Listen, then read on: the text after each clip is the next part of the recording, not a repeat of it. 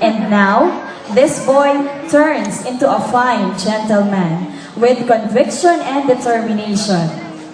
Let us welcome the first honors of the graduating class of 2012-2013. A big hand to Franklin Gino Q. Vinson. Levin, kunan mo nga yun. Kunan mo yun. Ayun.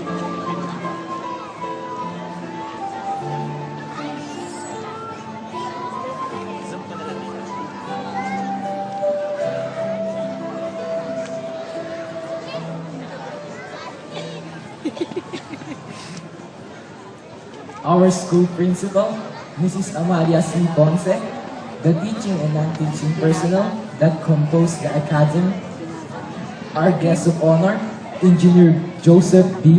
Fermin, to our beloved parents, fellow members of the graduating class, ladies and gentlemen, good evening. The current academic year that we conclude today adopted a new program, the K-12 Basic Education. It's fresh, it's absolutely new in our country. Its implementation will be completed by 2018. As expected, anything that is new is always met with resistance. Bagamat ito'y naitakda na isang katuparan at nasimulan na, marami pa ring mga katanungan ang naghihintay ng katugunan. Our response to all of these questions will vary on how we look at this new program. Maaari itong positibo, maaari din naman itong negatibo.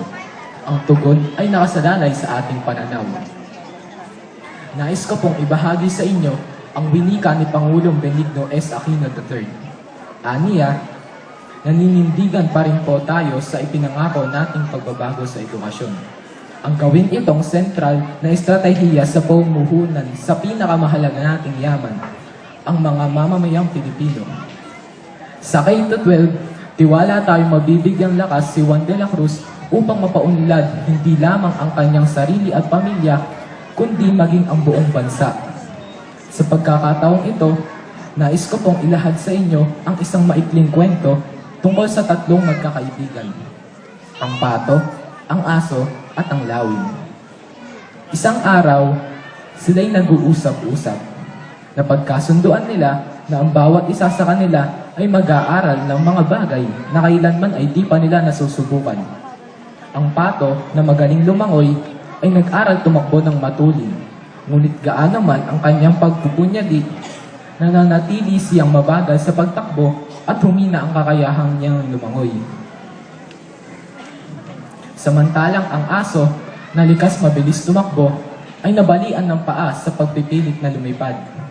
At ang lawin naman, nasubok sa tulin at taas ng paglipad, ay muntik malunod sa pagtangkang lumangoy. Sa bandang huli, pagkatapos ng oras, lakas, at pagod na inilaan ng mga magkakaibigan, wala silang natutunan. Ang pinakaaral ng kwento, kilalanin ng lubos ang iyong sarili. Tinangin ang iyong tunay na kakayahan at tiyak na ikaw ay magtatagumpay. Gaya po ng K-12 Basic Education Program, tutulungan at gagabayan ang bawat isa upang magpunyagi sa larangan ng kung saan may natatanging kahusayan. Pagyamanin ito upang maging kapaki-pakinabang, maging mabuting ehemplo, magpamalas ng katangian ng isang huwarang leader tungo sa matatag na bukas na laan para sa sarili, sa pamilya at inang bayan. Napakasarap isipin na sa loob ng 6 na taon, graduate na po kami. Pwede po bang palakpakan natin ang mga magulang sa walang pagod at patuloy na pagsuporta nila sa atin?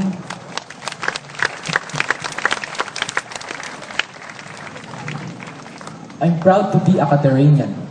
Isa sa pinaka-respetado at iginagalang na paaralan ang St. Catherine of Siena Academy. Dito kami hinulma at hinubog bilang isang mabuting mag-aaral.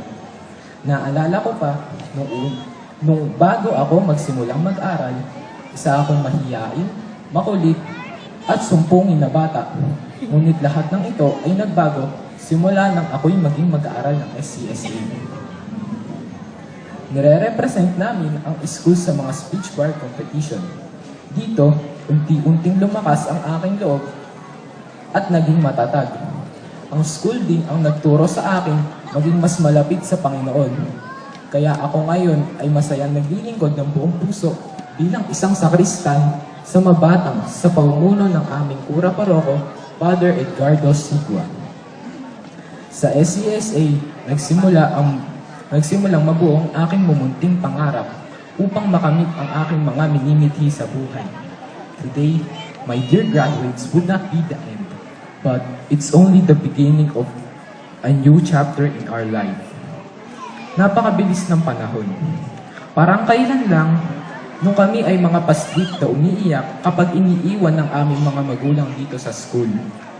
Naalala ko pa, yung unang araw na sinamahan ako ni Lola hanggang matapos ang aking klase. Si Lola ang isa sa mga naging inspirasyon ko sa aking pagtatapos. Ang daming alaalang hindi ko malilimutan sa kanya. Pagising ko sa umaga, nakahanda na ang aking almusal. Sa tuwing may meeting sa school, si Lola ang uma-attend dahil nasa work si Mama. Siya ang tumatayong guardian ko dito sa school. Mahilig manguha ng picture si Lola, kaya marami akong souvenir picture sa aking mga teachers. Palagi kami magkasama ni Lola, kaya tinatawag din nila akong Lola's Boy. Ang lungkot lamang isipin na hindi na niya makikita ang aking pagtatapos ngayon. I miss my Lola so much with my dad. Kung maibabalik ko lang ang panahon, nais ko pa silang makasama ng matagal. I know everything's happened for a reason. I'll always believe that today is better than yesterday, and tomorrow will be much better than today. God says, don't worry about anything. Instead, pray about everything. Bilang pangwakas, nais ko pong ipaabot ang taos-pusong pasasalamat sa mga taong naging daan sa aking maluwalhating pagtatapos. Ang Diyos na may akda ng lahat sa aking buhay, sa aking mama, na kahit mag-isa na lang sa buhay, ay buong puso pa rin pinararamdam ang kanyang di matawarang pagmamahal.